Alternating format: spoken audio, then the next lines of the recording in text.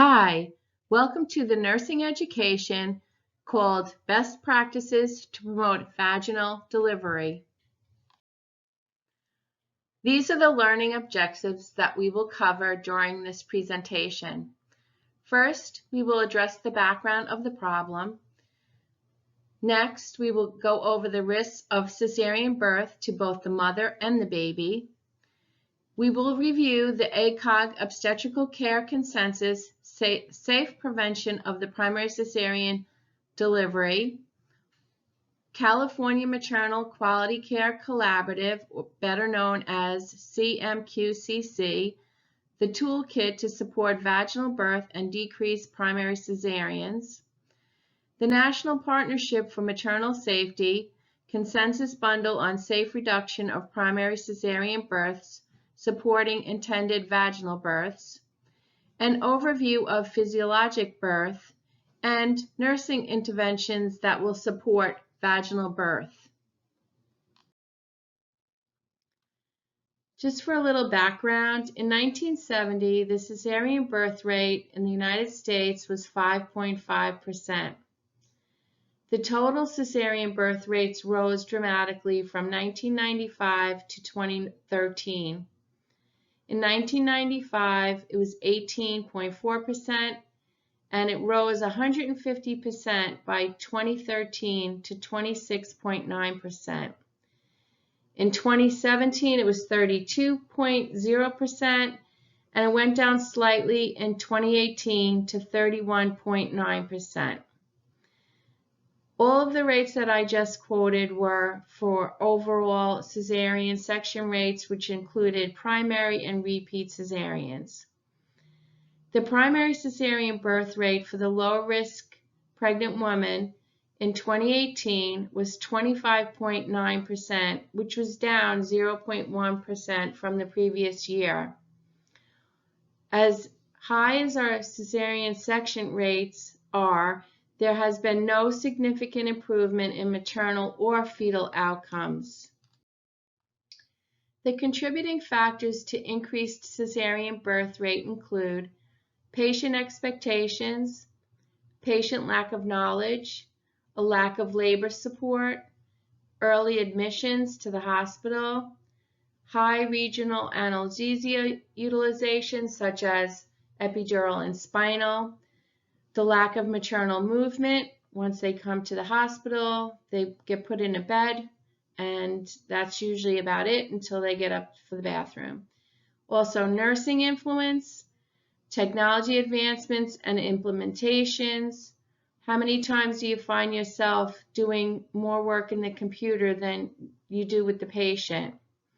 Having a residency program on site is also a contributing factor. Overinterpretation of cardiotocography, and medical legal climate influencing provider practice patterns. Currently, the 74% patients delivering in an acute care setting utilize regional analgesia, including the epidural or the spinal, in a labor and delivery setting. This prevents free movement and ambulation. It also puts the patient at an increased risk for an operative delivery. 1 in 3 women has a cesarean birth. The maternal risks include, in the immediate time period surrounding the cesarean, a hemorrhage, having to have a transfusion, a ruptured uterus, having an unplanned hysterectomy, and maybe being transferred to a higher level of care, such as an ICU admission.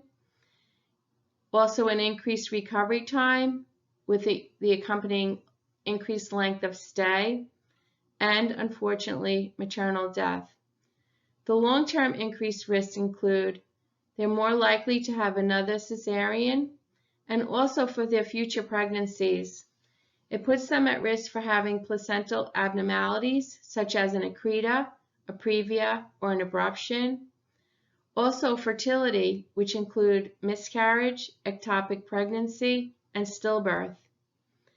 These women are also at risk for having the need for a hysterectomy and an antepartum hemorrhage. There are also risks for the neonate. The immediate risks include increased NICU admissions, usually related to respiratory distress syndrome, increased length of stay.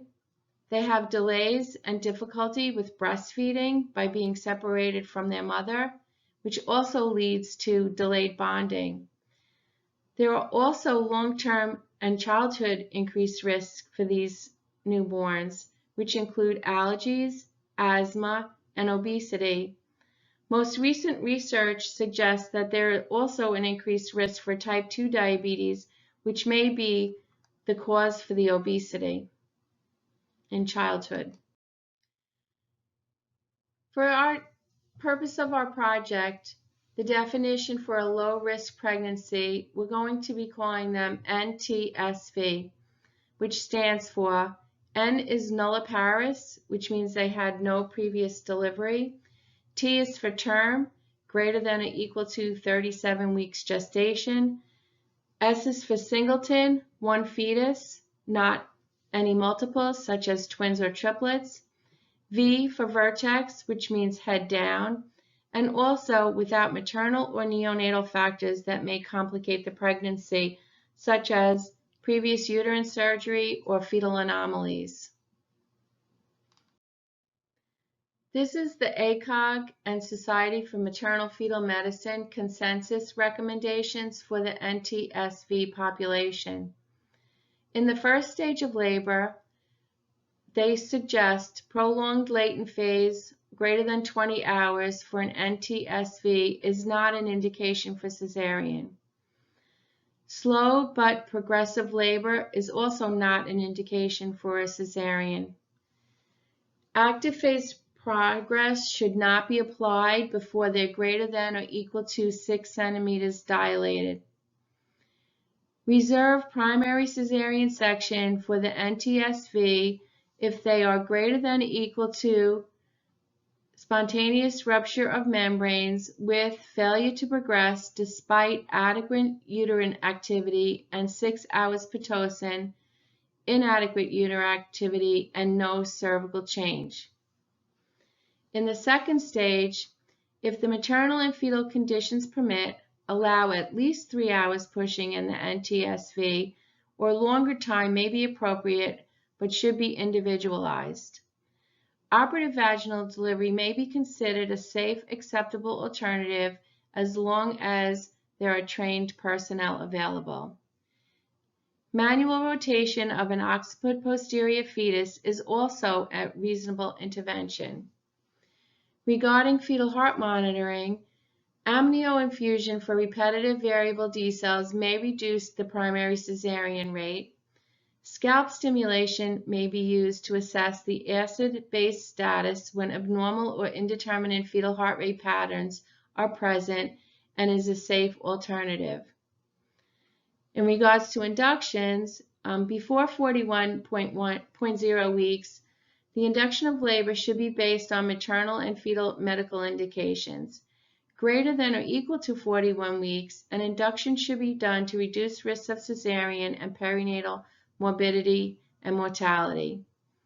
If maternal and fetus status allow, the cesarean for failed induction can be avoided by allowing longer duration of the latent phase up to or greater than or equal to 24 hours and Pitocin at least 12 to 18 hours after the rupture of membranes before you can use the failed induction as an indication. The next two slides contain an overview of the CMQCC Toolkit to support vaginal birth and reduce primary cesareans. The Readiness, Recognition, Response, and Reporting QI model was applied. Under each of the domains, I have highlighted what I believe should be the focus to change the culture on our labor and delivery unit. Many of the elements are already in place, especially since the partnership with Mount Sinai and the new MFM group started. So for readiness, we need to change our attitudes towards recognizing the value of vaginal birth.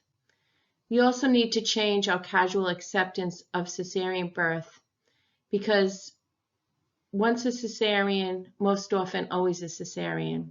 If we can prevent the first cesarean, we can reduce our repeat cesarean section rates.